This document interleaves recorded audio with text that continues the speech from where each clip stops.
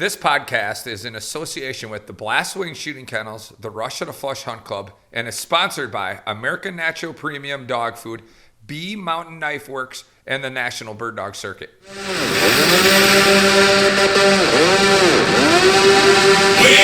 rocking.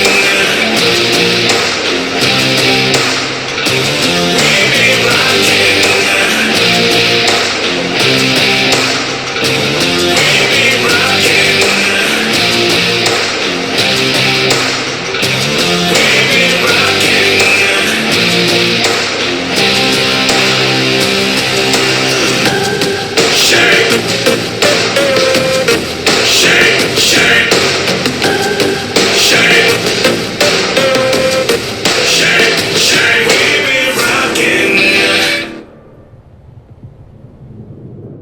Guns up, dog to the line.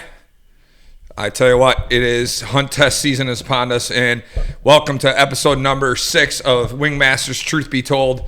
We are excited to have another episode that's going to continue on kind of from episode number 5 about how we started with junior hunt test and the correlation to a foundation duck dog. And now talk about senior hunt tests in relation to an intermediate or what you call seasoned duck dog with, lots of stuff in between. Because, as we're going and as we're training and as things are going on, we're in the season of hunt testing.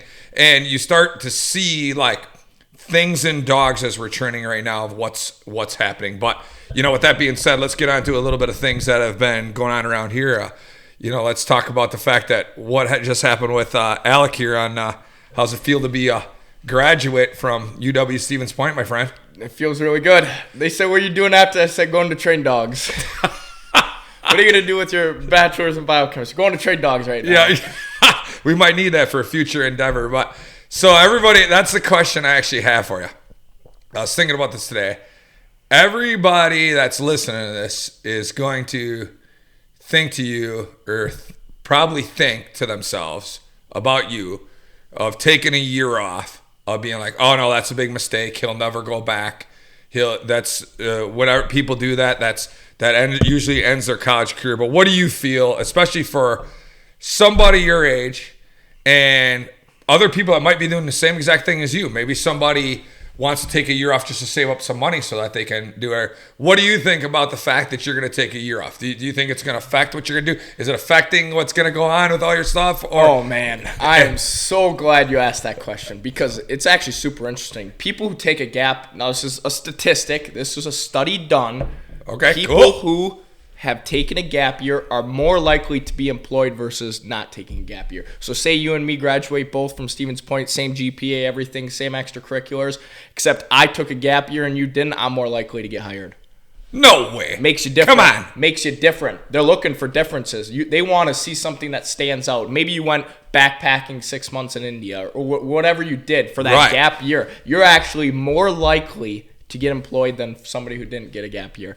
But going off of that, I don't think people who say that, then they never really wanted to go to school in the first place for what they're doing if they don't go back. Or they found a different passion that after that gap year actually allowed them to find something that they love more. And yeah, it sucks you wasted 4 years, but I don't want to be miserable the rest of my life.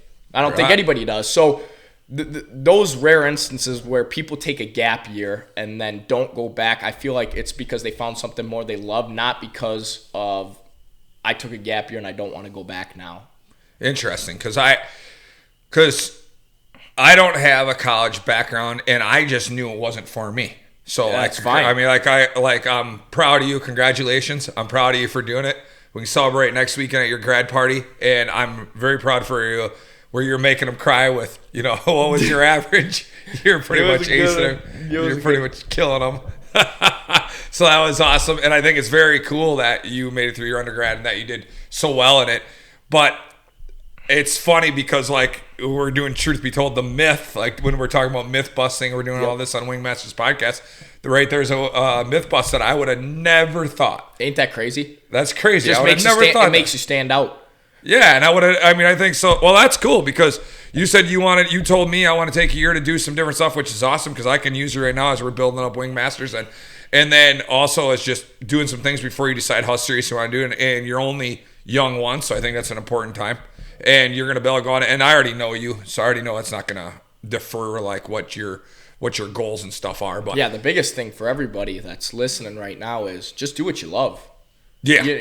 Don't let somebody tell you that you're doing something wrong in life. Do what you love. I love right now, and I always will. I always have loved dogs.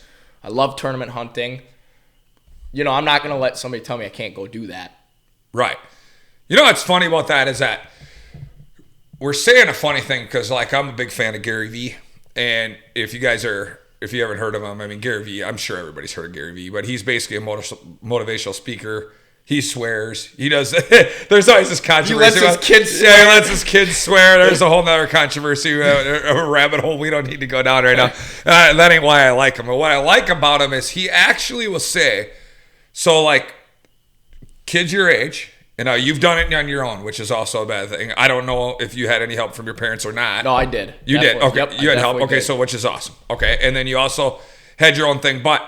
For example, let's say a parent pays for the college and they have expectations of you graduating with your bachelor's and they have expectations of your grad school and stuff, where the parents will actually back their kid into a corner of something they don't want to do, which is horrible. I've heard so many stories of you have to go for this.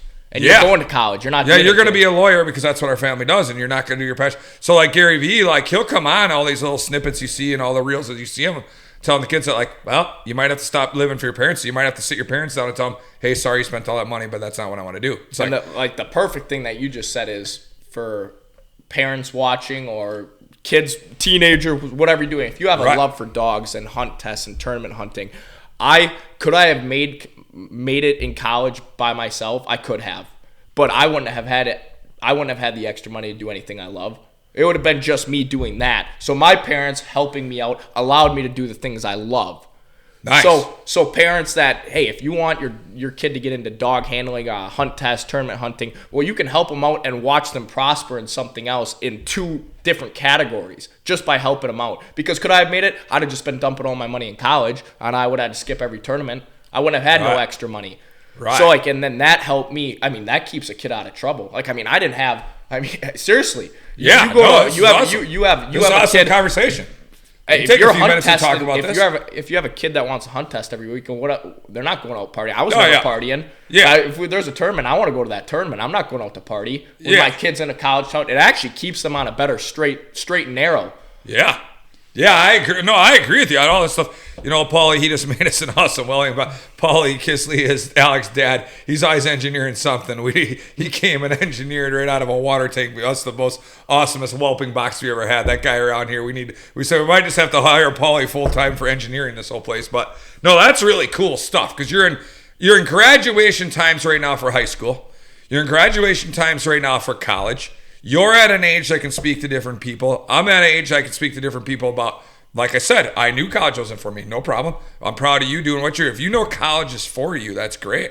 If somebody's forcing you into it or your parents are forcing you into it, and you don't get to do what you love, well, that's the problem. Because part of life is being able to live out your passions, and I don't care what that is. That's one thing, too. It's like you go in a room, so like we're hunters, we're bird doggers, we're hunt testers, we're deer hunting and stuff like that too. All the things we love to do. Well, I can literally have a conversation with anybody, my martial arts background, as long as that person has a passion. Yeah. So I don't care if your passion is rocks, as long as you're passionate about telling me about why a rock is cool. All right. I just feel like people who have a passion for something and people who live with a purpose and wake up, and I don't care what age you are, I suggest that you find something inside of you that fuels the fire every day. But yeah, that's a great start. I've been thinking about that today. But I was proud of you, really proud of you for graduating. And I was thinking, I'm like, tonight when we start podcasting, we're on a late night podcast right now. I mean, it's like 9:30 or 10 o'clock at night that we're just getting started. And after a full day of training, so he said, "Are you ready for this?" I said, "Oh yeah." I said, "I feel like I'm in a podcast mode." You talk about passion right now. You got some great upcoming litters. Get your son, daughter, spouse, girlfriend, boyfriend, anything. Get them that puppy because you have to understand that if they have a love for I didn't come from a hunting family. My dad wasn't a big hunter. So I saw my uncle shooting nice bucks every year, and I'm like, Dad, I want to go deer hunting. Well, then I saw you. I came here, saw all the dogs. I'm like, I want my own bird dog. That sparked the passion in me. Otherwise, if I would have never met you, I would have never had a bird dog like I do now. Right. So you have to, like when you're talking about, I don't care what your passion is, but getting exposed to that passion. And if you know somebody, if you know somebody that has that, just loves dogs, and you get them that first puppy, that's going to ignite something that's going to be there forever. Yeah, 100%. My passions transcended in my life. So like when I was 13 to graduate in high school, the only thing you'd hear me talk about is beagles and running harehounds and going hare hunting. And I would tell you what bark they had. They had all different barks. I'd tell you their speed. I'd tell you their nose. I'd tell you their style, their running style, how they came out of a check, which is a different thing. But I tell you all the interlist. I tell you all the pedigrees of every beagle in the nation from the time I was 13 until I got out of it when I was 20. And then my other passion was that I did martial arts with my dad. And exactly, where did that come from? Yeah. Your dad. My dad introduced me, and I will say this, I went to martial arts Tuesday and Thursday every week with my dad.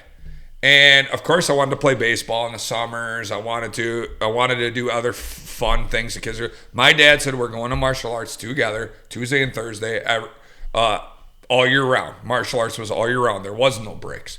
So I actually didn't develop the pure passion for martial arts. I did it with my dad. It was an activity until I was around like 16 or 17 when like I kind of needed it more. Like when people are picking on you, you're being bullied, you're learning how to stand up for yourself. Like if anybody's listening to this from a teenage standpoint, it's like, okay, when do you learn to stand up for yourself? Because your parents have taught you from this time to that time what to say and what you can't say. So like sometimes it'd be like, now Mike, why did you say that? It's like, yeah, I know, Ma. Well, you should have said it. And then because your parents don't want to be embarrassed by you say it. Yep. At some point, they got to start letting you be yourself and start giving you a little more independence. And if I say something, it's because I mean it and because I'm saying it because that's my opinion at this point in time in my life, no matter what my age is, right? And when I was around beaglers, they allowed me to say that. So I didn't actually get a true passion for martial arts until I was around 17 when I started getting like bullied and I had to stand up for myself more.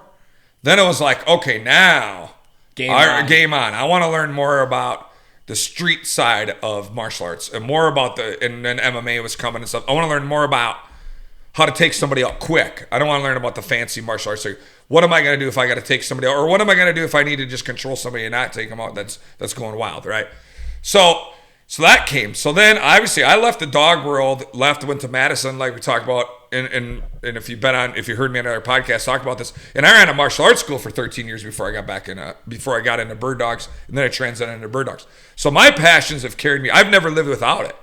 So I don't even know like what it's like. I have a passion for business. I have a passion for music. Because if you're the bloody connoisseur, I'm the karaoke connoisseur. Oh man, I like my karaoke. We love seeing karaoke. We love seeing karaoke. South Dakota. Yeah, we were just talking about that today. We're just talking about that today. If he's the bloody connoisseur, I'm the karaoke. We got to find a karaoke bar, whatever town we're in. I mean, come on. You got to have a few cocktails, sing a little karaoke, and have a little bit of fun. But so yeah, like I have a passion for writing. I have a passion for business. I have a passion for deer hunting. I have a passion for conservation. Like there's lots of things that interest me to the point to where I'm like, okay, stay off the phone, stay off reading things because I literally could read because I'm intrigued by things that are the whole picture of, all right, like I'm all pumped up about the reports of what the pheasants are going to be this year. Like I'm hearing already because of the dry spring that we're supposed to have the most phenomenal pheasant hatch we've ever had. You know, that's conservation. That's a passion. I want to know what that's all about. So anyway, those things, that's why I'm glad we got to talk about that and why we're going at. You know, as we're going into these podcasts and we're giving life lessons and we're moving on and we're talking about specific subjects, it's important that, you know, we grow together and as we're talking at this, that you understand that Wing Masters is a lifestyle like I keep bringing up. These things that we're talking about is able to share a passion with your fellow sportsmen in the dog world, and I should say your fellow dogsmen, okay, because we share a lot of passions with our fellow dog people, in what we do and help each other in life. There are a lot of life lessons, a lot of my pick-me-ups were when I was on the road with dogmen doing things saying, hey, Mike, It's okay. You're only 30 years old. You don't have to worry about that right now. And, all right, okay, Mike, your heart's broke from, your ex-wife or ex-girlfriend. Okay, listen, here's how it's going to go. You're going to be like, just get in the truck. Let's go hunt, and you'll forget about that for now. It's just really cool stuff along the way. But so to get on topic a little bit, I want to go on the hunt test. It's hunt test season. Man. We have to talk about something first. Okay, I'm ready. So I know we want to go into senior hunters, and this directly correlates with any dog and hunt test. But we need to talk about, this is actually kind of a hot topic right now. You and me have discussed it. I'm ready. So now I'm asking you guys who are listening, just think about this before we discuss this. Do all dogs smell the same? And this is a big thing in hunt test world, because if they miss a mark by that much and they don't catch that wind right, for hunt tests. So now, talking about this, do all dogs smell the same? We have to bring this up. And this is for Bernie, if you're listening, this is for you. This is for you, Bernie Birkenholtz. Because we got time. We're only talking about seniors today. We got time. It's 10 o'clock at night. We don't have to go to sleep. We'll talk all night. Especially about this topic. Okay. So, Bernie Birkenholtz, who is one of the top BDC upland bird dog hunters, been doing it for like 30 years, says to me, Vaughn, at the last UCS, because we got done with UCS too, and that was a fun time. We finished off our tournament hunting. Between last time we talked to you guys, we were heading to the UCS. We got that finished up. And he sat down and said to me, hey, I'm kind of believing it, but I don't believe it. He said, somebody told me that all dogs smell the same. It's just how they smell. And the experience. The experience is the response in which how it responds to the smell.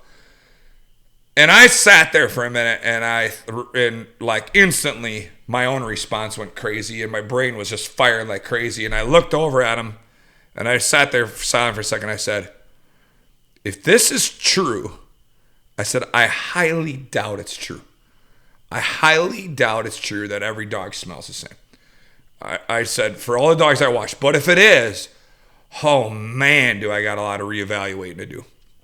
And so we were buzzing in the truck. I said, Alec, just out of there, I said, hey, Bernie brought that up to me. I said, now I want you to know, you look that up right now. And what do? We found a study. We found a study done by university that it says, no, it's not even the same. It's not the same breed differences. So differences in breeds. It's also not the same within the breed. It's the dog's olfactory sensors. Yeah, did I say it? Within their nose. Within their nose, sensors. Their olfactory sensory system within their nose, and how much odor they need to get a brain response out of it. And then now that we've been talking about another guy, that's another thing we'll talk about. That's my buddy in California that works with accelerant dogs. We've been learning a lot more from him now, which is a whole nother subject another day. So no. The myth is busted. No, if you want to look it up and do your own research, there's great search. So that does make a big difference. Because, and it's funny that you mentioned that, because today I was running this kind of hard mark. And I had it in this corner where the wind was swirling. And I had dogs go right into it, start hunting, and go right in and just pin it. I had other dogs go in it, start hunting, and circled around it, and finally came out. I've noticed that my whole career. But him just bringing it to light. If you would have just asked me in common sense, I said, you're an idiot for thinking every dog smells the same. But because this is Wingmasters, truth be told, I'm never going to come on here and say, oh, yeah, I know it. And then all of a sudden somebody say, oh, by the way, Mike, studies show that every dog smells the same. But we got it. I'm glad that you just asked that question. That is not the truth. So that's actually going to lead us into a lot of things on how dogs do specific things. It would also be the same. Did dogs see this? Here's another quick one, as long as we're on this subject, and we'll just jump it. The dogs are not supposed to see orange. All right? Okay, that's what they say. They're supposed to see white better. That's why white bumpers are better, white flags are better, white poles are better when you're teaching blinds. White stick men are better when you're teaching field trialers, okay, when you're working on field trial dogs, or even when you're working hunt test dogs. That's why we a lot of times stick out white, because they can come up, they pick out white really easy. Okay, you're not supposed to see orange. But there is also studies that say yes, dogs can see orange. They got a different pattern in their eye and how the light comes into their eye, and they can distribute the light differently. So Mike, can you tell me they're not colorblind? They don't just see black and white? Yeah, they only see this black and white. So, so there's a lot deeper to a dog than just, the dog goes out and knows where he is. And that's what's going to start when you start talking about marking ability. Is it their eyes, or is it their smarts in which they put with their eyes? Is it their nose, or is it their smarts, their response in which they put their nose? Well, of course, it's both. What's cool about it is if you say, okay, if dogs don't smell the same, and that, okay, but one dog you think has a better nose, but one dog finds birds more. Okay, well, then we also know that dog's also smarter. Okay, but then you got one dog who can go out and he can only air scent, and then you got another dog that can foot scent. Okay, well, that dog has a better nose, can stay with the odor of tracking that animal better when you need to track a rooster or track a duck that's down in the back marsh waters. That's important stuff to know, because then you won't get frustrated with your dog and you'll actually see the reality of truth be told. So apparently we went from, talking about life, karaoke connoisseurs, all this stuff, into giving you a biology lesson. But no, it's all important stuff. We're giving you a class right now about. We got all night. We got all night. We ain't training we'll stay no up more. all night. We'll stay up all night. I mean, good thing we're not drinking. We're just got pop. That is a good thing. That's a good thing. Otherwise, we'd really go all night. But okay, so good questions, and that's go study it for yourself. That will open up other topics in the future. All right, but so here we go. We talked about a foundation dog last time, and it gets exponentially a little bit harder here now. And so I'm just going to walk through some big differences now. So let's start with the first one. Alec and I talked in the last episode that you can hold your junior dog. And you want to hold them in a junior test, you can hold them. And you want to hold them in case they decide to break, they don't. And if they raise up out of your hand and you hang on to them, you can ship them once the judge says dog. Boop. Okay, just release him, go. Let him go. We talked about this. All right, we talked about a foundation dog being in a blind where, okay, if he's a little antsy, all right, maybe you want to put a little tether on him. Maybe you want to freaking tether him to your blind a little bit. Make sure that you can jump up and shoot, and if he decides to go, he knows he can't go, and you put a little tether on him. The same as in a junior hunt test, because, we can't simulate 50 to 100 ducks coming into a spread and landing in their face. We can get it the best we can with one or two, in training. So there's certain things in training we can't accomplish. Okay, now, things change now. So everything at a hunt test starts with a holding blind, and as we described last time, in case you're unfamiliar with hunt test, a holding blind is a V-shaped material that with poles on it and you can look it up online, so I don't have to explain the whole thing, that stages you up to the line. It's like a triangle with no bottom. Yeah, and it stages you up to the line. So you keep going in these holding blinds, you keep moving up, so that once you get to the last one, they call your name, just like I started this, guns up, dog to the line. You come out of the holding blind and you work towards the line. All right. And the line is the markers they have put up there to show you where they want you to stop, where they want you to sit your dog down.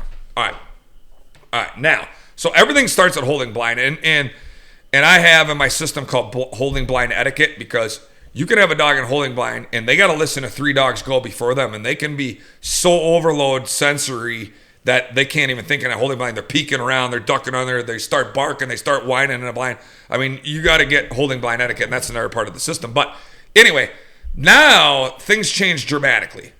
When we come out, so the first was I can hold the collar at the line. All right. In a senior hunt test, I cannot hold the collar at the line. Additionally, you have to walk them up off. Yeah, well, that's what I'm going to go to next. So I read your mind. That's right. That's perfect. And I should probably start from ground zero a little better. So come out of the holding blind now. When I was in a junior hunt test, I could walk them up on line. They got to stay on 4 feet in general and get them to the line, sit down, take lead off, throw it behind me, grab the collar, hold them. Okay. In a senior hunt test, they have to come out now off lead.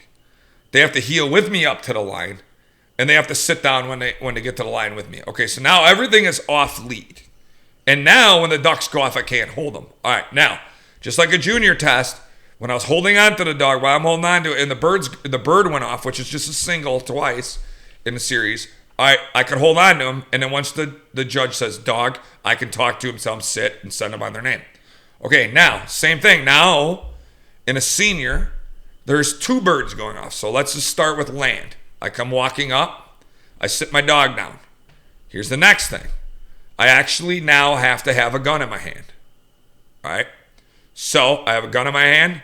Not a real gun. It's not a real gun, but you have to treat it like a real gun, or they can disqualify you if they don't. All right?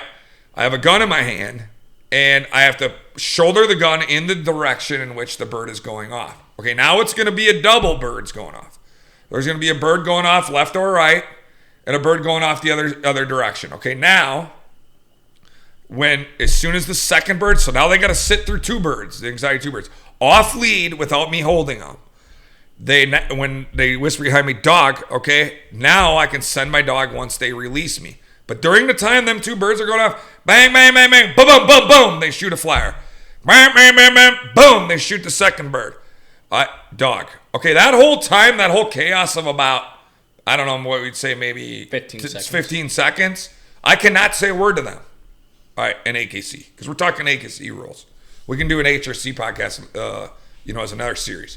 All right, and so I can't say anything to him. As soon as the judge says dog, okay, now, good, sit. Now I can send them to the first bird, come back, send them to the next bird, and you're judged on how good they go and pick up the gold bird, which is your first one, which is your last bird down, and then they come back and how well they remember and go out and pick up the second bird. And then they judge you on your marks there. All right, now, dog comes back with the second bird. They're going to say, okay, your blind is over here. And there's your line to your blind. Then there's going to have a ribbon or a stake or something. In general, 40 to 100 yards. 100 yards in a senior is very rarely seen, but they can do it. All right. And probably average is 40 to 60 yard blind. All right. And they're going to tell you, I want you guys to hold the line to blind. I just want to see the dog work with you. Okay. Now, this is going to lead to more things. But anyway, now you're going to turn around a blind. Okay, now, for you guys that don't know what a blind is, a blind retrieve is now the dog does not know that bird was there. It did not see it fall. So I have to turn and send them and hand signal them to the bird, and I'm scored on how well I hand signal to the bird. Okay, I'm just going to walk you through this. So hang with me before we go into other things. All right, now when I come back, we'll just say it's land. This can be on land or water, but we'll just say it's on land.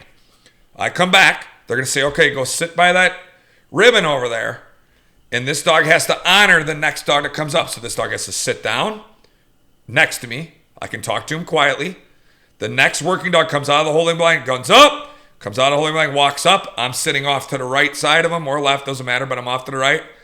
That person will say to me, Honor, are you ready? Or the judge will say, Honor, are you ready? I'll say, yes. I'll lean down and tell the dog, sit down. All right? And I can talk to him quietly. Okay, now my dog has to watch their marks go off. And when they send them, the other judge will release me. So then I got to tell my dog to heel and walk back to the truck. Okay, and leash him up as soon as I get back behind the judge. Okay, so that is a lot. And that's just the start. Okay, now there also has to be a walk-up. So if I was going to the water series now, what's left now? All right, a walk-up is I come out of the holding blind. So this is series 2. We're at the water, we'll say. They can do this on land as well. I'm just giving you guys a go of doing it. Series 2, I come out of the holding blind. I'm on my way walking up to the line, and as soon as I get close to the line, they're just going to launch a bird. They're not going to call or nothing. They're just going to shoot and launch a bird. As soon as that bird gets launched, I can either say sit or I can blow my whistle once. I can't say them both. Tweet, I use the whistle because I think it's more powerful.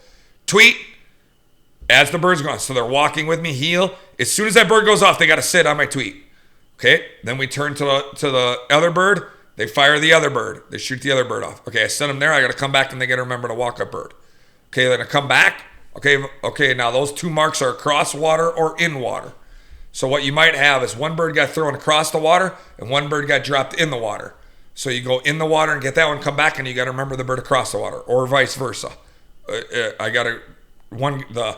The memory bird got dropped in the water. The gold bird was across the water. Okay, and this one now they're going to turn and say, okay, turn and run this blind. Usually about 40 yards across water, which usually means 5 yards to land, 20 yards swim, 5 or 10 yards out on the near side. Usually it's 30 to 40 yards. Okay, nice blind. But the hardness of it is your marks are over here, and you got to turn around a blind here, and they want to go. A young dog wants to go back to where the marks are. The other hard part about it is windage. The other hard part about it is they're not used to taking perfect lines yet. All right. And we can start talking about all these things as we're going. Now, in a senior hunt test, in senior only, senior level, you get a breaking mulligan. It's called a controlled break. So during this time, one or the other series, not both. Just say in my land series, I'm sitting there, my first bird goes off, boom, okay, and my dog decides to go. I can say, no, here. If they spin around in time to see the second one go off, they are still allowed to run the test. If they break and keep going, I'm screwed. But if I can stop that dog at a reasonable distance, they will allow me to continue that series. All right, you get one mulligan.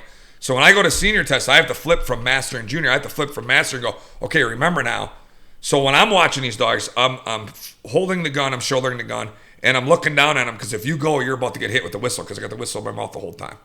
Making sure that if you decide to go, I'm going to hit you with the whistle, spin you back, and hopefully you're going to see the second market time. So you get one mulligan. Okay, now, I know some of this is going to blow your mind. I'm just going to keep going with it, and then we'll sort it all out later.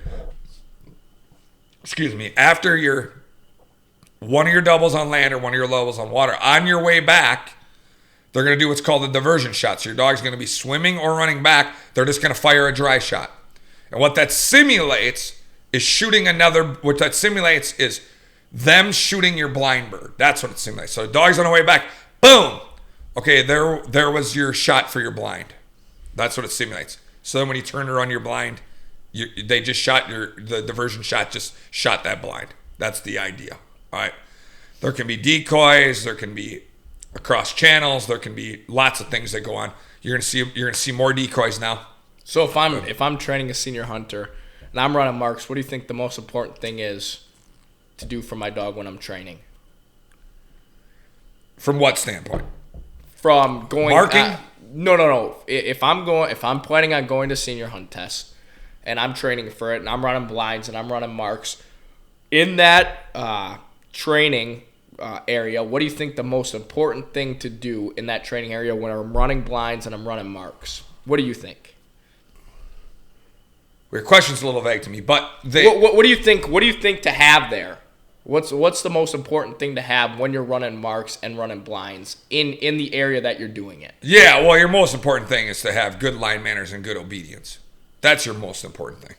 Because a lot of things can go haywire when your dogs just decide that they're going to run it the way they want to. That's your most important thing. And when you guys follow my Friday tidbits or you come to my seminars and all that stuff, it's part of my thing that I enjoy for the hunt or for hunt testing is you got to be able to sync up with that dog to let them know that they are working with you. When a hunt test goes wrong or a hunt goes wrong is when you get out of sync and they start working for themselves. Perfectly. And then I would like to add that we talked about this earlier this week. So like once you have those line manners and you're synced up with your dog and you're running nice marks, running nice blinds, people often, and trainers too, I believe, often overlook like what you were just talking about previously is decoys. Yeah. Decoys can really screw up a dog. So once you build up that foundation, running nice marks, running nice blinds, don't forget to put in the decoys. Yeah. That is huge, I think. Yeah, there is so many things to this game that can get you. I mean, like, for example, so you could just put out decoys, but then all of a sudden they put out shell decoys. Like, yeah. And they put them in the grass on the line to a bird. So the dog's running wide open at 20 yards. They trip over some shell decoys that are hidden in the grass. I mean, you see all sorts of tricks that go on in things that are going to go. And just your placement of your flyer in this determines a lot. So let's say I'm going to run my land blind, but where they have the flyer station. So just so you guys have an idea, they usually shoot the flyer in the first series. So one of those doubles is going to be a flyer. It's going to be a live bird that they're going to shoot. Now, if they decide to put the blind, let's say, 45 degrees off of the flyer station, so basically you're running the backside of the flyer station, and the wind happens to be blowing towards that line, as they're running the blind, all of a sudden they get wind of that flyer station, all of a sudden a young dog goes, sensory overload, I can't handle it, I'm going in there to get them birds, and you can't handle them anymore. So in training, you actually have to teach dogs to shut their nose off on a blind. And that's higher level blind running training. There's actually drills where you'll run pattern blinds or blinds and crate up live ducks and set them off in the grass so they don't even see them, and then run blinds past them. And then pretty soon they'll be running, they'll smell a whole crate of dogs. They'll go, oop, I'm going to go over and get that crate. Tweet! Wrong answer. Get over there. Continue on with your blind. Shut your nose off, right? And so there's all different things like that. You leave so many stones unturned. The junior to senior jump is the largest jump. Senior from master is an easier jump because it's basically the same thing with one added bird with just more complicated blinds in between marks. In a senior, here's what's going to happen. You're going to have your double, let's just say to the north, like let's say 10 o'clock and 2 o'clock to the north. And then you're going to run a blind probably over here at 8 o'clock to the west. All right. So the marks kind of are out of the picture, right? But when you start running master, then the marks and blinds are all in the same picture. They're all at 10, within 10 and 2. And if you want to get some crazy judges, they're all within 11 and 1. Okay, in terms of the sight picture of the dogs. So I think one thing that's not talked about enough right now that I'll bring up and talk about in a conversation right now is that memory. The hardest thing for a dog is to remember where a bird is. So any dog, so here's a prime example. When we go back to junior dogs and we're running out there and a dog's on their way out to a mark and they go, okay, they're running to a 2-second memory. All right. Bird goes up, bang, boom, boom, hits the ground, dog, you send them. 2-second memory. They run out in that picture, pick that bird up. All right. Now, let's say they run out to that picture, which is your goal bird on a double. They shoot the bird over here, bang, go bird. And let's say they put on a hunt for about 30 to 40 seconds. Okay, that memory is dissipating. The longer they're out there on that go bird, the more they're forgetting the other bird. Not always. There's a lot of times they go and put a big hunt on a go bird and come back and smoke the memory bird. But realistically, you'd like them to go out, nail that go bird, which is your first bird that you're picking up, come back, turn and look at the other bird, and as they turn and look at the other bird, go, all right, oh, got it. Because that memory was only like 30 seconds. They flew out there, hunted it, grabbed it. By the time they got back to you and locked in on the next one, there was only a 30-second memory. So you're teaching dogs memory. Okay, now let's think about marking, and we said this, I think, last time, or maybe not, on water versus land. Okay, land, there might be some hills that they got to roll, or in general, it's same terrain, or maybe some cover changes, what makes it hard. Okay, that's fine. All right, but water, whenever you go into a channel, when a dog is going, the plane changes. The plane is going to the water, then they drop down 3 feet. Then they swim. Now, when they're swimming, they no longer see the line of that mark. So what a dog actually has to learn, a really good one, is when they're coming up and they're about to go in the water, they actually pick the spot on the other side of the bank in which to swim to. Then when they come up out of the channel 3 feet, they got to regain the line to the mark of where that. So they take off. They go down in the water. Okay, they cannot see the holding blind on the other side of the pond. They can't see it. Then when they come up out of the water, they got to regain that sight picture, know how far that blind is off the water, run out there and start hunting for that bird. Okay, that's a lot to ask of a dog who's, maybe a year and a half, maybe 2, whatever, that's going out there that doesn't have the experience of being in training that long. So this is things that as you're going and you're doing senior hunt tests that now make more of an advanced dog. The dog is older. Not saying the dog can't do this when you're younger, but the dog is usually older. They're usually more mature. They've usually had more training. And now you got to start teaching a dog to count. So in senior hunt tests, the dog's got to learn to count to 2. In master hunt tests, they got to learn to count to 3 and 4. Sometimes master hunt tests, you're going to do quads, right? Okay. When's the last time you had a quad? It's been a while, hasn't it? How does that dog win? That Lecker just bred Journey. What is that dog? 9 years old, and I did it in her probably 6 or 7 years ago. That's the last time you seen a double or a quad. A quad in terms of in a master. A double. A double. That's what I meant. Yeah, double. It's a double. Yeah. So you're getting into much more deliberate, or elaborate training methods now. All right.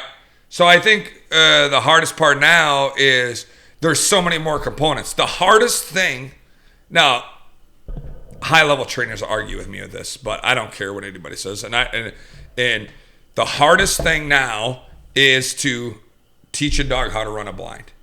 I can, in general, teach them how to mark rather easily a double and get to a senior level. A lot of times, my dogs that I'm training for a senior hunt test are ready for a senior hunt test in terms of marking, but they're not ready in terms of running a blind retrieve. Their blind retrieves of them taking my cast is not good enough to pass a senior hunt test. So what happens is now when we go back to what we talked about in the junior level and we go in the foundation level of our program, if your dog is not properly force fetched, this is where it's going to show up big time. All right. If your dog doesn't have as good obedience in their cycle and they barely can get them on it, this is where it's going to start showing up. Your obedience is not good. If your dog is unsteady, this is where it's going to start showing up because you can't hold them anymore. Okay? So all these things that got to start coming together is like, wow, okay, there's this much more things that fall on the dog, but on your part, you have to dive deep into much more of the psychology of it all. So Mike, say I walk up with one of the dogs that I'm running, and I pounds of 2 marks. Tell me my blind's over here. Line them up. Good. You got that bird. Good. That back, they don't move. What happens? Okay. Well, and why is that so important to not let happen in training and to teach them not to do that? Yeah. Well, definitely in a master, there's controversy in a senior, but definitely. Usually when your dog does not move, okay, good, dead, back, and he stays sitting, you're automatically out. It's called a no-go. And now you're going to start hearing retriever training lingo. A pop is another thing you're going to hear. All right, but let's start with a no-go. You just brought up a no-go question. Okay, line a dog up, good, dead, back. Okay, no-go. Let me talk about a no-go for like 1 minute, and give you a little bit of a lesson on no-go. Is a no-go the dog defying just wanting to go? Is a no-go the dog not understand or not seeing the picture? All right, because you have to create a picture. All right, go. Is a no-go the dog just being lazy, doesn't feel like going? All right. Is a no-go the fact that he's scared to go because now he just got done running marks, and now when you tell him back, he's like, well, why would I go? Because I didn't see nothing fall, right? So the psychology of what happens starts to go on. So when you start your blind training, you're going to fix no-goes in the process, right? So if you're going to, in my system's different, but if, we do V instead of T, but let's just say that we're doing the T let's just say that we're aligning a dog to a pile, all right? And if you're not familiar with this, I'm just going to make it very simple. I put a pile of bumpers out, and I start at 5 yards and say, dead, back. And I set them there, and then I go 10, and I go 20. I get myself back to 50 to 75 to 100. All right. At some point in time, maybe like the 3rd or 4th rep, the dog you might go, all right, good, dead, back. They might not want to go because it's not fun anymore. You didn't throw them anything. It's not exciting because you're actually making them go. Now the dog looks up at you and goes, I've had enough. I've already ran there 2 times for you. So in the beginning phase, in the beginning of this teaching, and you guys that are out there that are having these problems, this is something to talk about, and this could be its own subject.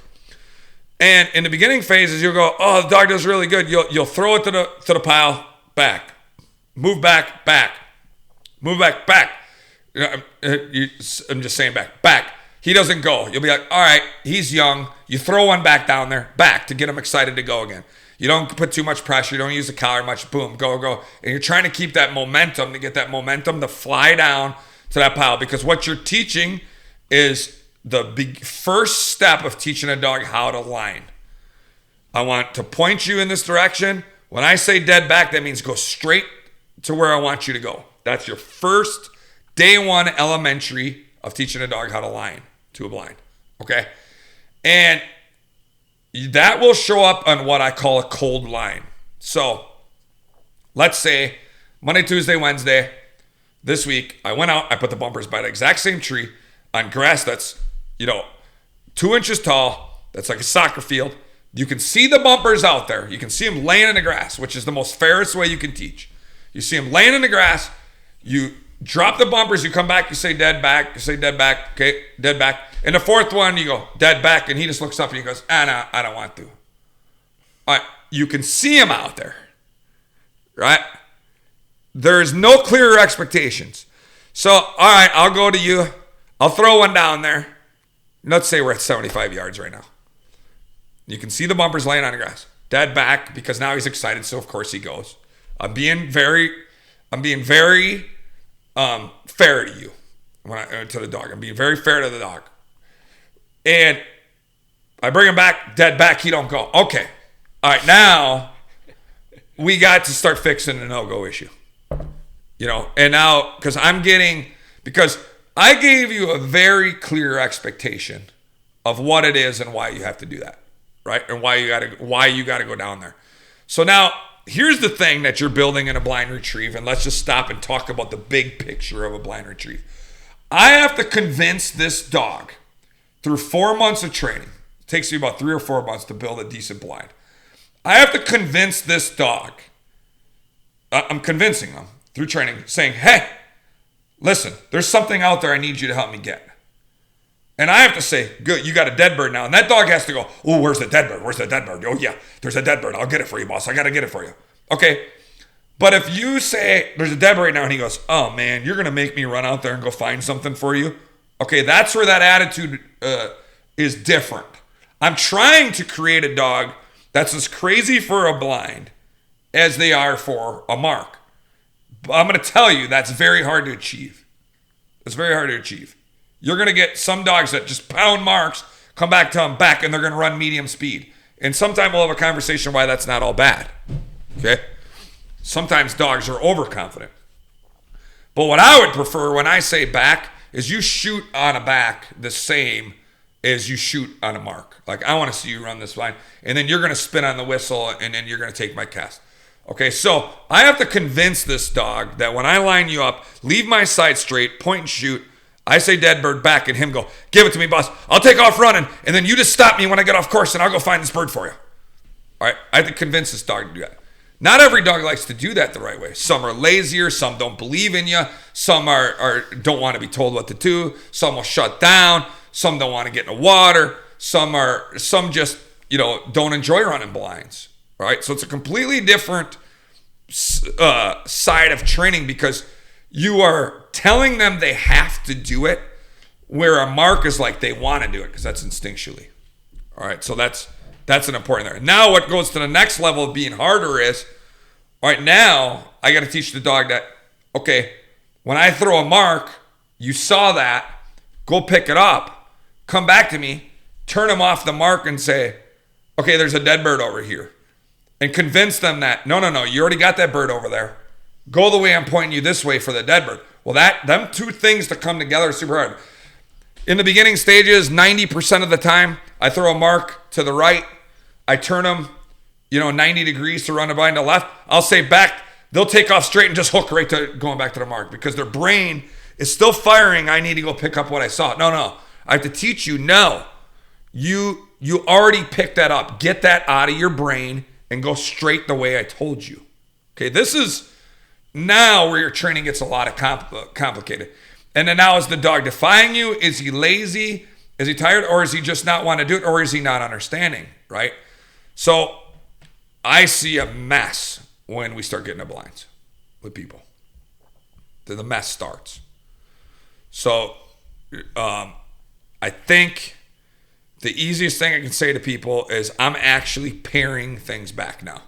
So I thought, and I wrote a tidbit about this, maybe a few weeks ago, about, listen, if you want to get on and find 150 retriever drills that are all these drills, go ahead.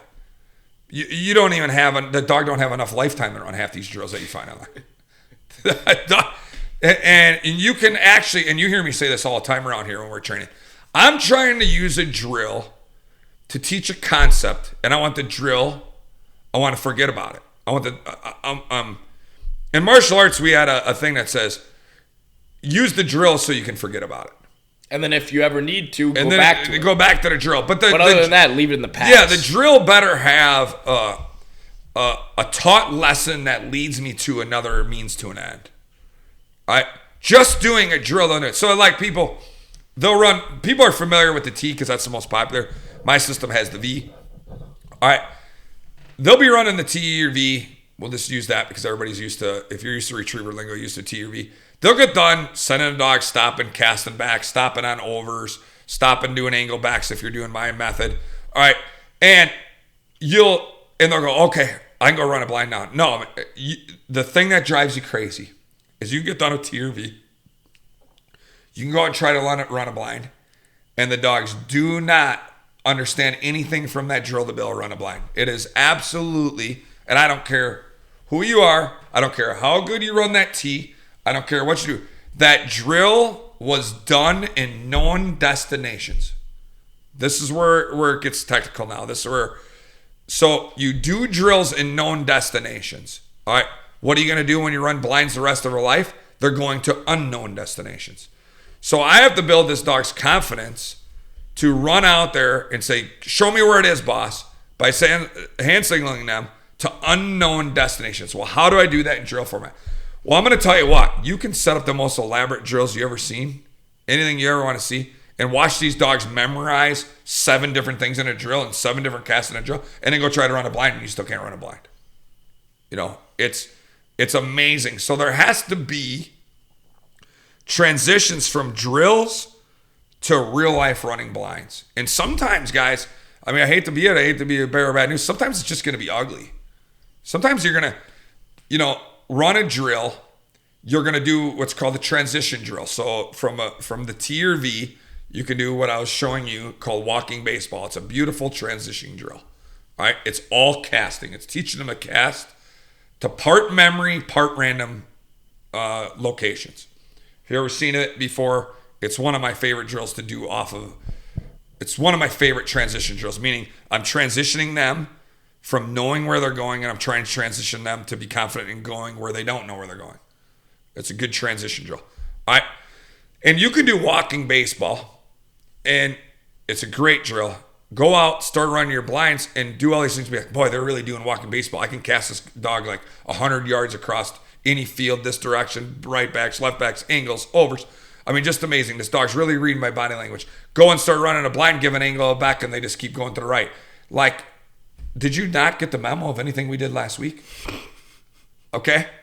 Again, because that's still a drill. A drill is still part of memory. What is memory? Memory is usually marking.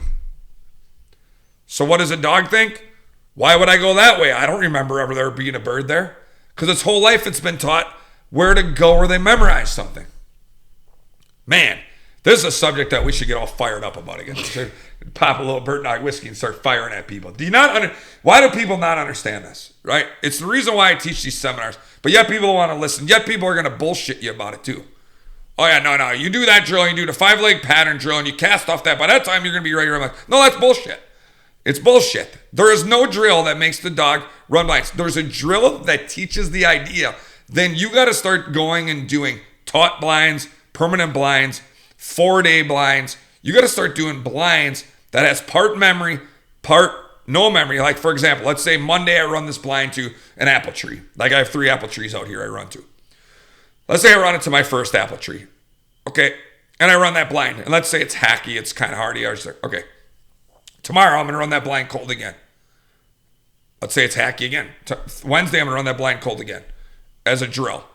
A drill meaning I'm going to do it each day. I'm going to pull him out each day and run that blind cold until he understands that blind. And every day for 5, 6, 7, 8 days, he might do that blind crappier than hell. He might do it shittier than hell. But I'm going to keep running that blind till one day you go, oh, dead, back, boom, he just shoots to it. It's like, oh, see, you got it. What the hell took you 7 days to figure that out? Every time I point you at the apple tree, go to the son of a bitch. But it's because I'm taking away the memory. I'm taking away the memory. If I run him to the apple tree 6 times, then the next day run him to the apple tree 6 times, then the next day run him to the apple tree 6 times, it's crazy he's going to go to the apple tree perfect. Because repetition is the mother of all skill, right? So if I actually have to rep it less and rep the days more to take the memory away. But I wish we could give dogs flashcards to study. Yeah, you study. Just be like, hey, look at here, you dumb son of a bitch. But this is the hardest thing to teach because you can think that you're going out. And then, for example, so now let's just talk about a little bit of blinds, right? As long as we're on this subject. So people come to seminar, people come to work with me in blinds. You know, dogs doing this, dogs taking the wrong cast, dogs got loopy sits, dogs flaring the line, dogs no going, dogs popping. Okay, all the problems that happen within in the blind systems. All right. Well, the dog is. What's your obedience? So my first obedience is that I'm sending you and forcing you out. What's my second most important obedience is you sitting on a whistle. That's my second most important thing. So if the dog's running wide open, I blow the whistle and he blows the whistle off and kind of half-heartedly keeps running, or I blow the whistle and he sits way loopy, way around and takes his time to sit, it's like, oh, no. No. That ain't going to work. That's not acceptable at Wingmasters Academy. That's not acceptable at Wingmasters Academy. Okay? When I blow the whistle, you're going to spin out a diamond spin and almost hop into a sit and look at me and be prepared for the next cast I'm going to give you. All right. So you got to have a dog that'll leave your side straight and then a dog that'll sit crisp to a whistle. Okay, now you got to give the right cast for the dog to carry the line. All right. Well, if your body language looks like a freaking pom-pom cheerleader, okay, where you're waving your arms all around like, you know, like you're a goddamn monkey or something, okay, and you're not giving the proper cast and your body language is not signaling. Now remember, when they turn on and look at you, well, in field trials, they're looking at you at 400 yards, okay, but when they turn on and look at you, you're 75 yards away. If you just throw your arm up in the air like you're doing some cheerleader motion, they don't know. Or if you even scratch your nose, they're going to take off. You scratch your nose with your right hand. I watched this weekend. I'm going to tell you a story. I watched this last weekend. I had an awesome hunt test weekend this last one. We can go into that in a minute here. But I watched a person handle their whistle wrong. If you're watching this, you can see me do it. All right. Tweet. And the whistle's in their left hand. All right. So they pick the whistle up to put it back in their mouth before they cast with their right hand. So what does the dog do? The dog sees the left hand go up as they pick their whistle up. And it turns over its right shoulder because that's what it's supposed to do. Because it's anticipating that the hand goes, tweet! And they're sitting there in a panic. As soon as they tweet, they pull their whistle back out of their mouth. They put the whistle back in their mouth, try to get, the dog sees the left hand go up again. It turns over its right shoulder again. Okay? Guys, come on. You need to be a Wingmasters handler. You need to be at my seminar June 15th and 16th, 2024, right now at the Wingmasters place. Okay? You can look it up online. It's the itineraries all there. Yep. Why don't you guys go check that out right now? Why I'm preaching to you. Okay. The thing about it is that just the way you hold the whistle, just the way you set your hands, just the way you lean your body will give the wrong language. So I saw somebody over the weekend, a couple weekends ago, was in front of me, that did a right cast and leaned to the left. The dog went right, or went over their right shoulder, went to the left. Okay, right? Yes, because your body language went against your hand. Oh. All right, so now you go ahead and talk to me. I need to sit down and I'm about to go postal like the last episode. I'm gonna let you relax for a second. Mm-hmm. So now, hit me say we're teaching handling and how to run blinds and giving the correct cast. Okay. Well, I give Journey an angle back on the line that I'm running, yep. And I take Cowboy out, stop him at he runs the exact same way as Journey does. Tweet, sit down. I give Cowboy now that same exact angle back cast, but he doesn't take the correct line. Now, I'm not saying because he didn't do what he was taught and not saying that either one was right, but why didn't they take the exact same cast for what I gave them? Do you get what I'm saying? Mm-hmm. Mm-hmm. So now the premise of my question that I can make a little more clear for you is, do you have the same, will the same cast work for every dog? In terms of like angle backs and them taking, because my biggest question right now, I'm going to make this even easier for you to answer. I'm sorry for confusing you. No, you're not confusing me. I'm you have to understand. You have to understand your dog and how they take your cast. Because one, you might have to over exaggerate a cast to get them to fall back in line, and one you might have to under exaggerate, or one might just be regular. Correct? Right. Correct. That's definitely it. Yep. Sorry. About Is that what you're saying there? Yeah. Sorry about that. No, you're not. I said it a little confusing. That's actually a really good question. It's You can see Mike. My first question, my first answer, my first response to your answer would be: did Cowboy turn left or right, or did Journey turn left or right? No, they would have taken. You're saying the exact same one. Yeah. But they just took one different line. Okay, so with Cowboy, maybe I had to over exaggerate that. Say it was a left angle back to get him to fall back in line. Where Journey didn't need that over exaggeration because of how he's reading me.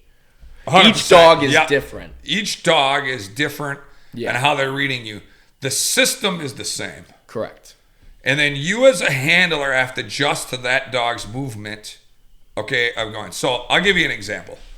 I have a dog right now named Mila who's running master tests, and she's got 3 master passes right now. If she falls off line and I give her an angle, sometimes, this is her little vice, she will go more over than she'll go angle. And then she'll fall onto the line and she won't fade back on the angle back cast. She'll go more over, which then premises me to stop her and give her a straight up, because now she's on the other side of the line. I have to give her a straight up. And I'm already aware of that, knowing what she'll give me in a test. Right? Okay, a dog like Trixie, who's 1 master pass away right now from being a master hunter, if I step too hard with her, that bitch will fly to the next county the opposite direction. So I actually have to go really slow with her because she's a super fat. Everything in Trixie's mind is done in as least amount of time as possible. So I have to just do a barely step, keep my arm really close to my body and give her a back, and she'll fade and spin back and go right away. If I gave her an angle back, she'd be so far offline the other side because of how fast she is, right? So you have to learn how to handle it. And so it's like anything. It's like if like most people don't even know how to get the dog to come in the heel. So for example, in the Wing Masters program that we're going to be teaching, that we're filming, it's like, okay, you need to open up the door on the left-hand side, give the body language so the dog comes in and wraps in and sits down and heel. You don't just stand there stiff like a mannequin and point your hand down like you're modeling some clothes and that the dog's just going to wrap in and do it. You got to give the dog the body language of what side you want them to come in and heel. Okay, well, you got to give the correct body language with the dog on a blind with your arm in order for that dog to know where they're going. So a lot of times when I blow the whistle, boom, I'm already leaning and showing the hand of where they're going to go. So they spin and look at me. If I'm going to cast with my left hand, which means they're going to go over their right shoulder, my whistle's in my right hand, and my left hand's already sitting idle by itself saying, hey, look at this hand. You're going to be turning over your right side. All right? I'm already showing them the hand. Here you go, dog's running. Tweet! Keep the whistle in my right hand. Show them my left hand. All right. By the way, you are going over your right shoulder now. I already cued them the first when they looked at me. As soon as they look at me, they already see the hand and which way they're going. Okay, now, based on how much I step and which way I raise that arm is how much they're going to turn on that access out of that sit. All right? Nobody talks about this stuff. They just talk about, let's sit, and they ought to take my cast. Well, what's a cast? A cast is going the right direction according to the body language you gave them and holding that cast in the proper turn on the access. Well, now we might as well talk about scalloping. Right. So you just said holding that turn on that axis from your cast. Well, what is scalloping now? You see that all the time at tests. Yeah, and that's your most worrisome. That's what a dog can get you out. Yeah, that's a dog that turns on the axis 270 every time you cast them left. So let's say I'm gonna cast them left, which means they're gonna turn over right with a back cast. They turn and they run all the way over to the other side of the line. They just make a big button hook back, and all of a sudden they go back. They turn and just spin all the way over to the other side of the line. And then if you look at it, it's just a bunch of spins. So it's a bunch of half arcs, and they call it a scallop. They keep scalloping backwards behind them. Instead of turning and riding a straight line behind them, they turn and jump and go to the other side of the line on a big hook. That's called a scallop. One of the hardest things to cure, and that's actually your beginning blinds, and when you're running a senior, that's actually what a dog is going to do the most. They're going to scallop the most, and you're going to have to teach a dog how to get out of scalloping. So if you got to teach a tight whistle sit, you can teach them how to send them. A tight whistle sit, when you start running cold blinds with a young dog that's out of transition, that you're starting to teach cold blinds, they're going to scallop a lot. Their access is not accurate. They got to learn that the way you cast, based on how your body motion goes, how far they got to go on the axis, and how far when they go on that axis, right when they get to the right point axis, based on your cast, to stay on that axis and continue driving that cast. I mean, you really think about it. It's actually, we talk about, it is hard to teach blinds, but imagine how hard it is for just an amazing field trial dogs, just amazing blind runners to be able to take that cast. So I'm stepping 45, and they're looking right at me. Yeah. And they have to know that I need to spin that amount and take that line. It's crazy to really think. And you talked about how Winnie always sat just a little bit, not perfectly square with you, and you'd take your cast every time perfectly. Well, that is absolutely crazy that you can teach a dog to do that. You know what I'm saying? It's just quite amazing once they're taught it. Oh, it's very amazing. You guys, the most coolest thing you can ever see a dog do is run blinds. Yeah. Especially a good blind runner. And now we're just talking running land. I mean, let's talk about going over a point. Let's talk about re-entering the water 3 times. Let's talk about riding ashore. Let's talk about going an angle up a hill. Let's talk about going an angle down a hill. Let's talk about going through cover changes. Let's talk about angling across the road. I mean, these are all blinds where you got to learn to hold the blind. You run a dog to a road. What do they want to do? They want to get on a road and just stay parallel with the road. But then all my dogs get taught that, okay, once you get to the road, that's still the line. You got to angle across the road now. You know, and all these, you're literally teaching geometry. And I think for this episode, I do think we put a lot of emphasis on blinds, but you really think about it, that's what it is for senior hunt tests. Like you talked about, this is the most significant jump that you're going to see in hunt tests. And hey, you throw a double, okay, it's 2 marks. That's what it is. But now it's so much more intricate when you get into the blinds for senior hunt tests. And I think, and I just want to make that clear, that's why we're putting so much emphasis on this. Yeah, I'm glad you said that. We're putting that much emphasis on it because it's your hardest thing to teach. And then you need to, once you get into it, know how to balance your blinds with your marks. There's times I just run marks and blinds separate each other because I want to be real articulate about the blinds I'm running and real articulate about the way I'm going to run the marks. And you go, well, man, why don't you just put your marks and blinds all the time? Because that's what a senior hunt test does. Well, no, because there's times I want the dog's mind clear to just run blinds and have no memory involved in it. Do everything for me today while we're running these blinds, or for this morning. If I'm going to go out this morning and run blinds with my dogs, I'm going to go run marks this afternoon. Okay, then the next day I might put them together partially. The next day I might, when you start getting even more advanced and we get into master hunt stuff, I can start talking about some more crazy stuff. But it's good in the beginning of this. So like right now, if I'm teaching these dogs that I'm teaching them how to run a blind right now, but they don't know how to run a blind, I'm running them through the whole step-by-step process. Okay, they're still going to the field and learning how to do double marks. Yep. Okay, single marks and double marks. They're learning short to long, long to short, okay, on memory. So like, last episode we talked about, okay, we got to teach them how to do a short mark, then do a long mark singly. Okay, now we got to teach them how to do a double where you throw a short one and send them on a long one. They got to come back and check down to the short one. Then we got to teach them how the memory is the long one, send them to the short one. They got to come back. They got to punch out to the long one. Okay, you got to start teaching that. So they start learning checking down and punching. Those are 2 different concepts. And something that I learned at hunt test while I watched you is if you're going hunt testing, say you're at a senior, let's keep it with the topic. You have a long memory bird, and then you have a short go bird. Okay? Yeah. Well, you're going to actually change your voice inflection Oh, for yeah. each bird. So you say, Yeah. all right, short, good.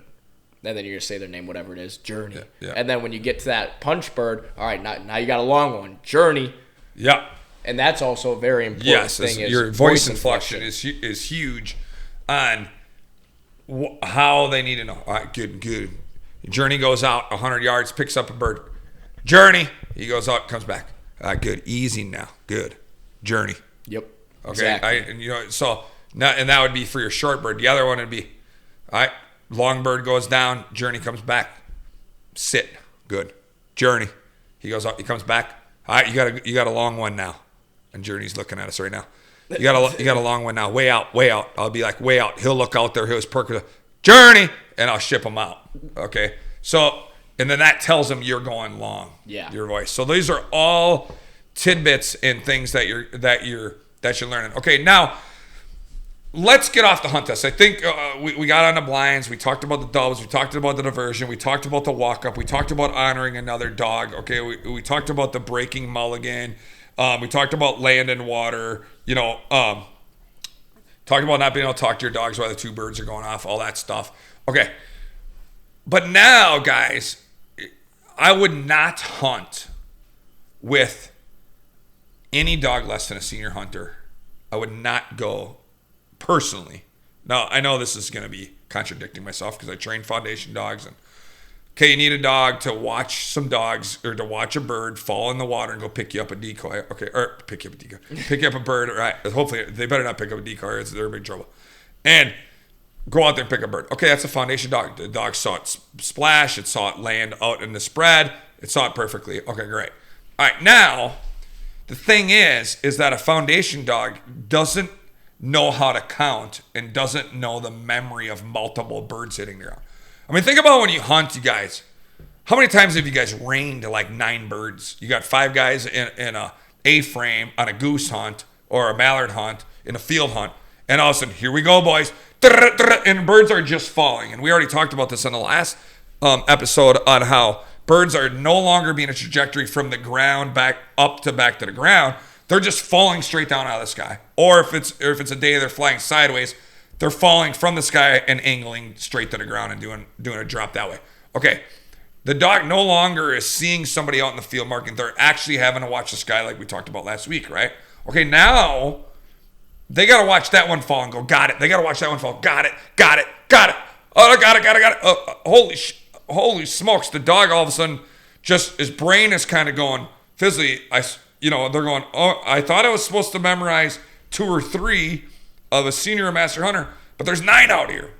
Okay, my brain got blown. All right, well, you now have the ability to convince the dog that I'm just going to send you back out there and there'll be a bird there. So you send them on the close one. They're most likely grab one.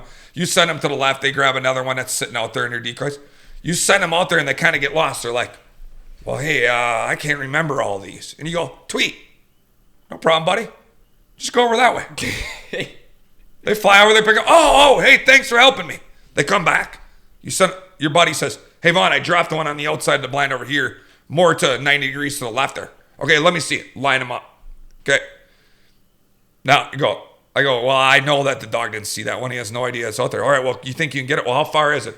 It's about over there by that little patch of cattails. Okay. Are you sure it's dead? Yeah, it's dead. All right. Oh, I think I can see it laying there. Send it. Okay, good. Dead. Back, ship him out, tweet. Hand them over, go up, pick it up, come on back. Don't even have to walk over there. Nothing. All right? I let the dog do the cleanup now. The dog sat still as multiple birds were there, remembered multiple birds. When the dog had a problem with multiple birds, I was able to help him with my blind retrieves. And when they totally didn't know where a bird fell, I was able to send them and go find a blind retrieve. I was able to go find that bird. Right? Simple as that. Simple as that. It's supposed to be as simple as that, right?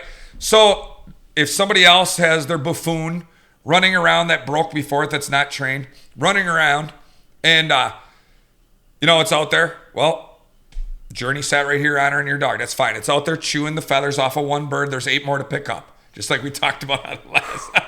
That's a whole nother one to jump off of. So you're going to a level of standards that, like I said at the last one, your off season is to prepare you for hunting season. So a good senior hunt test dog that can mark multiple birds, can run decent blinds, is way more valuable in that duck and goose blind than a dog that's just a foundation dog that has to see the birds fall, and you got to maybe use a marble or a rock to find the other ones, right? Which is not a bad thing if that's as far as your training. But I think we've been making good points, and I think people are following with us good enough now. And I've had some really good reviews of people coming up and talking to me, but that you want better. You know, part of Wing Masters, and you know, this is down the road, and I know right now I keep having to say this every time we're on a podcast. It's like, all right, you guys got to be patient with us. There is so much in recording the right information, getting the right angle on the camera, showing the right positioning of all this stuff, explaining stuff to somebody who doesn't know, right? Breaking all these steps down so that I literally can help you problem solve on your own, which no other video does. That's what I'm trying to do with Wing Masters. So, but obviously, looking as a big dream of mine, all right, would be, all right, use the Wing Masters program. You go out hunting or you go to a hunt test and you use the Wing Masters program and you went right out and were able to run your own blind and pick all your birds up efficiently with higher level dog skill, dogmanship, and higher level handling skills. Anybody can sit next to a dog as soon as the bird falls in the water, say his name, and let him go pick it up and come back. Okay, if there's 9 birds out, how to line that dog up, pound him in the right way, and know when it's time to help him if you need to use a whistle and hand signal. How much more valuable that is, and how much more professional that is. You don't even need to get out of the blind and do it. Land, a water, boat, whatever you got. Water is even more impressive. The whole idea of this was actually water. Because if you think about it, if you were A-framing with 9 guys on a hunt, you, as humans, you're going to remember more where the birds are than a dog is. Dog ain't going to remember 9. This guy's remember the birds. This shot, this guy's remember the 2. He just shot, and you'd all walk out and pick up your own birds. Yep. Right? You can do that. It's not as enjoyable, but you can do that. Right? But water, you drop 9. You want to all walk out in the water, all go swimming together in your waders? Or do you want to, every time you drop keep 9, taking that boat out? Yeah, exactly. You want to keep grabbing your skiff that was pulled behind your boat and have to keep rowing out there in the middle of decoys where more birds are coming in? That's when the efficiency of a really good retriever really comes in. You really want to see a dog earn his keep is when it comes on the water, right? And that's why they say in a hunt test or in a trial, a field trial, they say, okay, now the water's is where the money's made. We'll see who wins now, who can really do it on the real stuff on the water. Because you got to remember, when a dog is swimming in the water 75 yards, think about that memory. On land, they get there within 10 to 15 seconds. On water, they might be swimming 15 to 20 seconds before they even got to get there. See what I mean? So they're amazing animals when you start breaking down the nuances of how the level of which we take them to. It's an amazing thing. Now, it's a frustrating thing from an owner standpoint or a trainer standpoint. You are going to get frustrated. How do you not remember that? It's right there, you idiot. It's in front of you. It's laying belly up out there. And you ran on the wrong side of the wind and were thinking you were going so crazy unfocused, you ran right by the son of a bitch. That's just hunt testing. That's just hunting. Just how it goes. That's just how it goes. You have to be patient. When you see an older dog come into their prime, 2, 3, that has senior or master training, we're going to master next time, and it goes, it's like, when you see this, and you start seeing them come in, then it's almost like no birds can ever get away from them. They're so smart that no birds. And of course, if a bird does get away from them, what do? Tweet. Hey, it's over there, buddy. No problem. I can help you out. You're doing great. That. You know. Yeah. So last 2 weeks ago was Fox Valley's hunt test. And I have a set of dogs right now. I keep saying that. I'm like, yeah, you did pretty good over there. Did damn good. Kind of good. Kind of good. Like 98% good. That is pretty good. So, and I just had an awesome one. It was really good test, really good judges, and really good company. And when you can get when a dog is in sync with you, this is my easiest way to explain it on running a blind, because we've been talking a lot about blinds or marks. I am trying to send the dog into the mark as if I was hitting a golf ball.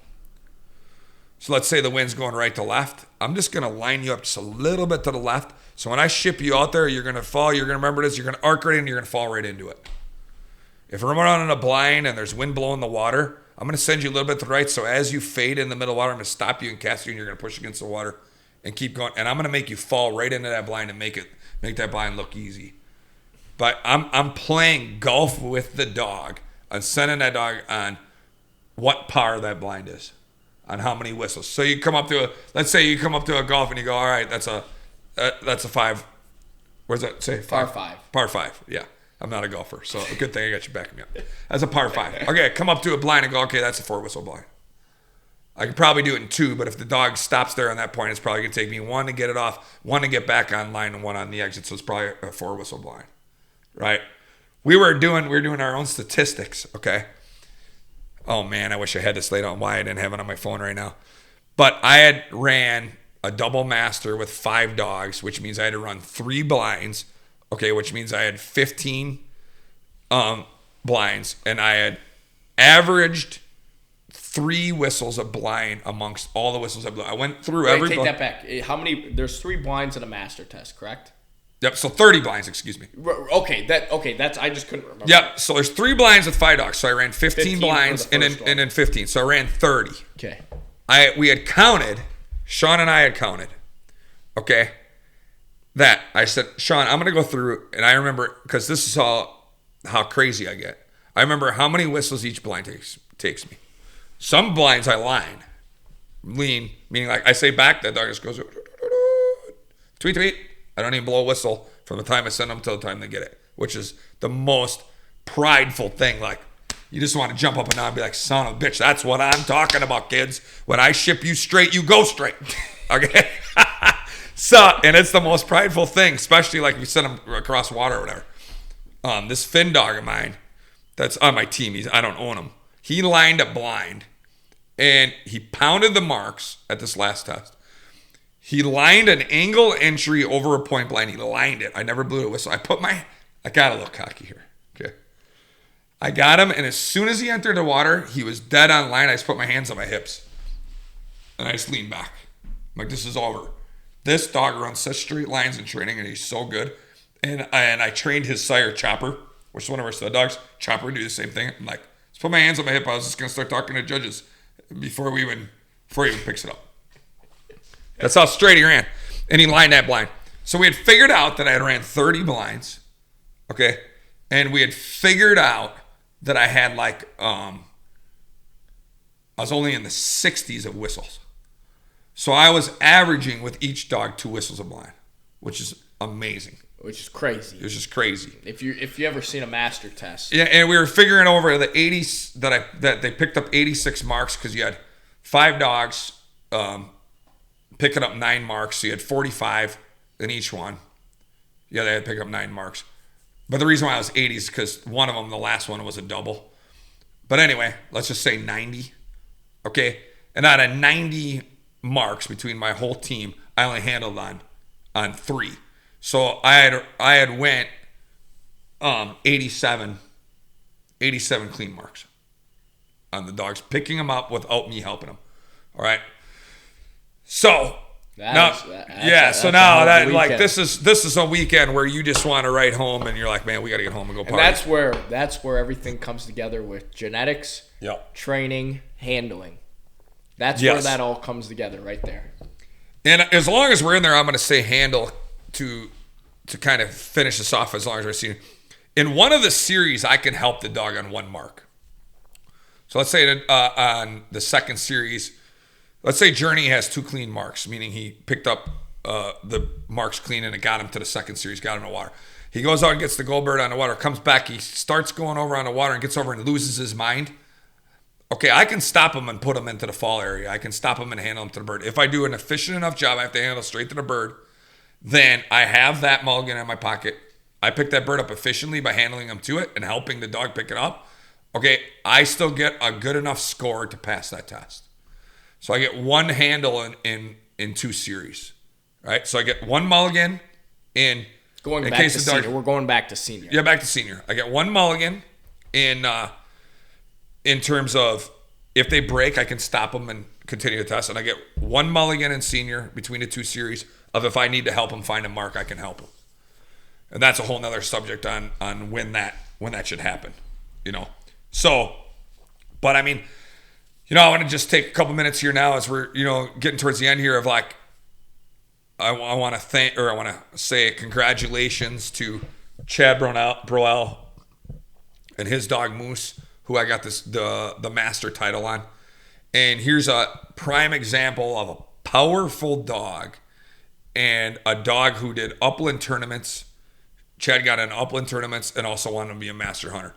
We had a goal in mind, but here's a dog that's hunt test career went up and down. Well, we were just talking about this the other day with Justin and Chad and all, and when we had some wings and stuff. It's like this. It's like we ran the UCS the first weekend of May. 4 days later, they were running a hunt test and they all passed. So all that bunking. Now now that you say that they all passed, but ideally you would not want to be doing that. No. What I was going back to is Moose has had some things to where he would take off running on blinds, and all of a sudden he'd get about the distance of 75 yards, and he'd just start hunting, and he would not listen to my whistles anymore. So there was another problem I had to fix. His mind was, once he got out there at a certain distance, okay, I don't need you no more. That's another blind problem. So Moose's career went up and down, and it was very prideful now to be able to do it for Chad to be able to get his master hunter, because Chad's been waiting for a long time, and Moose is a powerful. He's on a journey, and it was a fun time. So I want to congratulate him on that for him getting his master title. I got coming up here now, we're going to be at HorrorCon this weekend, which is called WISAM, which is Wisconsin Amateur Field Trial Club, which has their hunt test in HorrorCon, Wisconsin. So we're going to be there this weekend with another team. So Moose is now kicked off the trailer, which we're happy about. When a dog leaves, we're happy about it because we got the mission accomplished. Then and now we got other dogs that are coming up. Like when I go to Madison, I think I got like 7 or 8 dogs running senior, and like 6 or 7. I think I'm taking like 14 dogs to Madison's hunt test the second weekend in June, and it's been rocking. But this hunt test game can be the most rewarding and the most hardest when you get to senior. And the dropout rate from junior to senior is so high because people, one, don't have the time to be able to train as much. 2, they don't have the knowledge to be able to train as much. 3, they don't have the grounds to train as much because you got to be able to take the dogs to different spots, okay? And then sometimes you just can't sit for that many weekends in a row in your summer if you got a family and everything like that. So when you get into the dogmanship and you dedicate your dog to be a senior and master hunter, like, it's my hats off to you because there is so much work involved. But guys, it's so rewarding. You're in the off season. You're doing it with your dog anyway. It's why I do these seminars. It's why I'm putting Wing Masters together. It's because I want to be able to help you guys enjoy your hunt test. I've had everything happen at a hunt test to me. There ain't one thing that hasn't happened to me. Has the dog ever pissed on a bird of yours? No, that's the one thing that's never happened.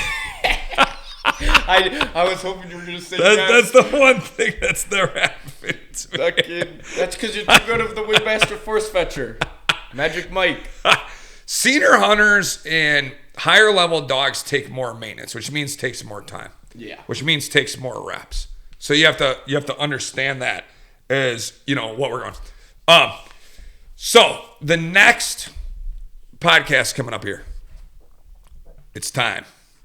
We are going to call in to our first guest. All right. We already went. I'm not going to give away too much stuff here. We already went to his place. We already pre-recorded our first guest, 3-episode series of our Wingmasters podcast with this guy. All right.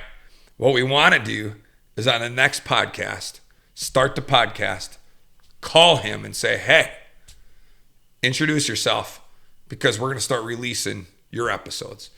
And that is going to be super fun because we're going from Alec and I giving you information, having fun, to giving you knowledge, to finally having our first guest on. But we're going to bring him on live first, and then we're going to let you enjoy the episodes as we get closer to the Hunt Test Seminar. So secondly, the Hunt Test Seminar, which I mentioned earlier and plugged earlier. It's June 15th and 16th. It's at my place. We go over how to start training, how to go to the next level, what to do at a hunt test, all the proper etiquette and stuff to do at a hunt test, how to solve problems, all right, how to do your routine in terms of how to set things up, how to go day to day and week to week, and how to set things up, how to improve your dog's level at each level, right? So I basically demonstrate. So this seminar, I was thinking about every seminar I do a little bit of a theme. My theme this seminar is that I want to highlight the most important areas of everything from a puppy to a master hunter. So instead of like stopping and force fetch like I've done in the past and taught force fetch for an hour, or stopping and blind retrieve and doing that, I want to literally pull dogs out that are experienced or unexperienced and be like, okay, show me this dog do this. Okay, here's what it takes to get them to do this. And then show a dog that's doing it and show a dog that's not doing it. Okay, and then from here to here, here's what it takes in order for you to get this. And here's your timeline and why it's going to take that. I have not done it this way before. I've demonstrated in certain areas things. What I want to do is show this dog don't know it. This dog does. Here's the gap between it. And I think it's going to make for an awesome seminar because it's going to kind of be a demo seminar and learning seminar at the same time, right? And then I can share my knowledge with you on what it's like to be hunt. The hunt test game is a beautiful game. And if you go through it the right way and you learn the right way, it can be super enjoyable.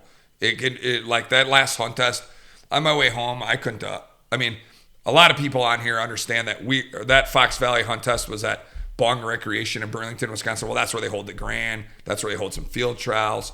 I don't think they had a Master National there, but it's a very popular dog training place in Lower and holds test in Lower Wisconsin.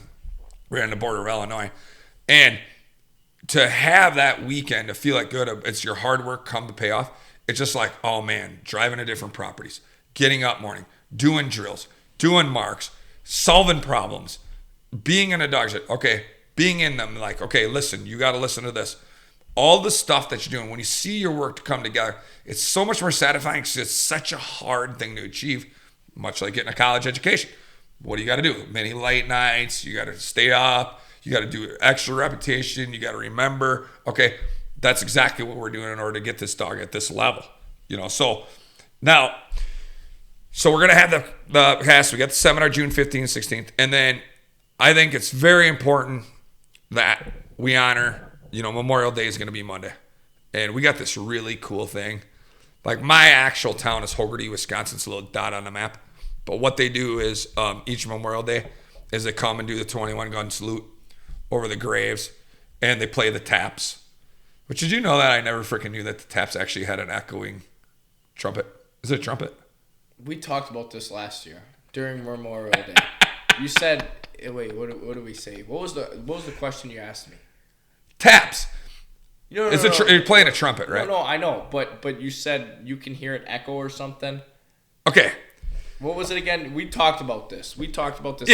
All right, let's do a little myth lesson and end on this. You debunked this for me. I debunked this. Even though I never even knew that it echoed. Okay, taps. Dun dun dun dun dun dun dun dun. Okay, the whole taps thing. All right. When they finish the routine, you'll stand there in silence, and it'll replay in the distance. All right. Now, what I thought was, I remember this. I thought somebody had told me. They obviously were messing with me one time, so I had this in my brain until like 2 years ago or a year ago. That somebody told me that when it's done, it'll echo, and it goes back to the wars in the past of that. And there's a whole, I've read about it, but I don't want to say the wrong things about the history of it, so I'm just going to leave that alone. And it'll replay in the distance, and you'll listen in silence, and it's a very eerie. It's almost like you can feel the spirits of the veterans around you. It's a very eerie, but yet very prideful American thing that you're going through. And I never miss this every year. I'm down at my cemetery, and then my grandpa was a veteran, my uncles were a veteran, so it's a family tradition. We always go to the shooting over the graves, okay, to the 21 gun salute. But then the taps thing, I go, man, it's so amazing how that echoes. And one day I guys, what do you mean echo? I said, it's amazing. They're like, no. There's an echoing guy back There's there. a guy replaying it in the backfield over there. Oh, man. I would have thought the same, too, if somebody told me that. So, Damn, that's crazy. yeah. So thank you, veterans. We honor Thank you. you. We thank you. Thank you for the past veterans that laid down their life for this country, for the freedom of what we get to do of being dogsmen. This has been another episode of the Wing Masters podcast. We're excited to be with you. We're excited to reveal the next guest on the next one. We're going to have him call in. We're excited about the seminar coming up. We're excited about the hunt test season. We're going to keep rolling with these things, guys. But thank you for hanging with us. It's been a late night for the both of us. Thank you. We're going to roll out of here. Thank you guys for hanging on.